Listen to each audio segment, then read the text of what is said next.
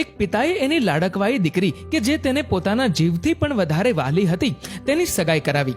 છોકરો ખૂબ સારો અને સંસ્કારી હતો એટલે છોકરીના પિતા પણ ખૂબ જ ખુશ હતા.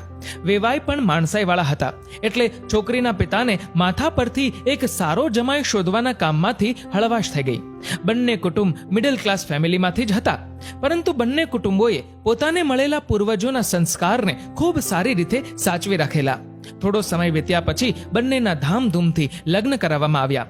લગ્નના થોડા દિવસો પછી પતિ અને પત્ની હનીમૂન માટે થોડા દિવસ બહાર ફરવા જાય છે. એક દિવસ દીકરીના સાસરિયાવાળાએ વેવાઈને જમવા માટે તેડાવ્યા. તબિયત સારી ન હોવા છતાં દીકરીના પિતા નવા વેવાઈને ત્યાં મહેમાન બનીને જમવા આવ્યા.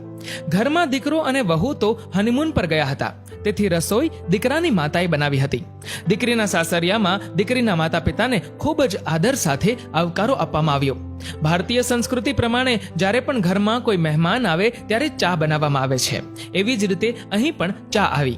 દીકરીના પિતાને ડાયાબિટીસ હતી. ડોક્ટરે ખૂબ સાવચેતી રાખવા માટે કહ્યું હતું. એમના મનમાં હતું કે વેવાઈને ચા માટે ના પાડું, પરંતુ નવા વેવાઈને જરા પણ ખોટું ન લાગે તેથી કપ હસતા મોઢે લઈ લીધો.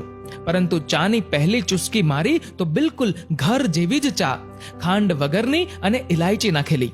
દીકરીના પિતા મનમાં વિચારતા હતા કે મારા ટેસ્ટની આ લોકોને કેવી રીતે ખબર પડી હશે. એટલું જ નહીં, પણ બપોરે જમવા બેઠા ત્યારે પણ બધી જ રસોઈ ડોક્ટરે જેવી સલાહ આપી હતી તે મુજબની જ હતી. બપોરની આરામની વ્યવસ્થા અને વરિયાળીનું પાણી, આ બધી જ વ્યવસ્થા ઘર જેવી હતી. જાણે કે પોતાના જ ઘરે હોય એવું એને લાગ્યું. દીકરીના પિતાને સમજાતું ન હતું કે નવા વેવાઈને આ બધી વાત કેમ ખબર પડી. દીકરીના સાસરેથી વિદાય લીધી ત્યારે તેમને પૂછ્યા વગર ચાલ્યું નહીં. તેથી તેઓએ પૂછી લીધું કે મારે શું ખાવાનું છે, શું પીવાનું છે, એના વિશે તમને લોકોને કેવી રીતે ખબર પડી? દીકરીના સાસુએ કહ્યું, અરે ભાઈ, એ તમારી દીકરી. કાલે જ તમારી દીકરીની મારી સાથે વાત થઈ. મેં એને કહ્યું તારા મમ્મી પપ્પાને જમવાનું કરવાનું છે. તમારી દીકરીને તમારી ખૂબ જ ચિંતા છે, એટલે એણે મને લાંબુ લિસ્ટ લખાવવાનું ચાલુ કર્યું કે મારા પપ્પાને ડાયાબિટીસ છે, ચામાં ખાંડ નહીં નાખતા અને એને ઇલાયચી વાળી ચા ખૂબ જ પસંદ છે, એ નાખજો. જમવામાં શું શું ખાવાની ડોક્ટરે ના પાડી છે અને શું ખાઈ શકાય એનું લિસ્ટ આપ્યું અને કહ્યું આમાંથી તમને જે સારું લાગે એ બનાવજો. બપોરે સુવા પછી જાગે એટલે વરિયાળીનું શરબત પાજો.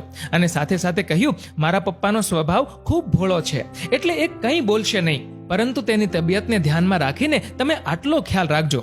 આ વાત સાંભળી પિતાની આંખોની પાપણ ભીની થઈ ગઈ. આંખોના આંસુને રોકી ન શક્યા. ઘરે આવતાની સાથે જ ડ્રોઈંગ રૂમમાં રાખેલા પોતાના સ્વર્ગવાસી માતાના ફોટા પરથી હાર ઉતારીને નીચે મૂકી દે છે. તેમના પત્નીએ પૂછ્યું, કેમ તમે બાના ફોટા પરનો હાર કાઢી નાખ્યો?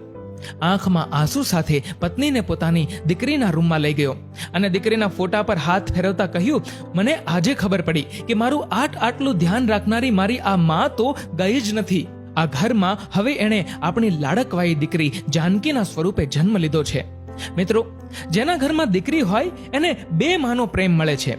એક જન્મદાત્રી માં અને બીજી દીકરીમાં રહીને બાપને જીવની જેમ, કદાચ જીવથી પણ વધારે સાચવનારી માં.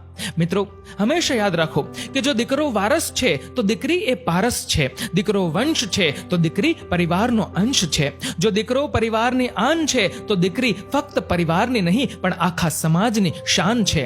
જો દીકરો માન છે તો દીકરી સ્વમાન છે. જો દીકરો સંસ્કાર ફેલાવે છે તો દીકરી ઘરની સંસ્કૃતિને ઉજાગર રાખે છે. દીકરો દવા છે તો દીકરી દુઆ છે. દીકરો ભાગ્ય છે તો દીકરી સૌભાગ્ય છે. દીકરો શબ્દ છે તો દીકરી અર્થ છે. દીકરો ગીત છે તો દીકરી આખું સંગીત છે. દીકરો એક પરિવારને તારે છે, જ્યારે દીકરી તો બે પરિવારને તારે છે.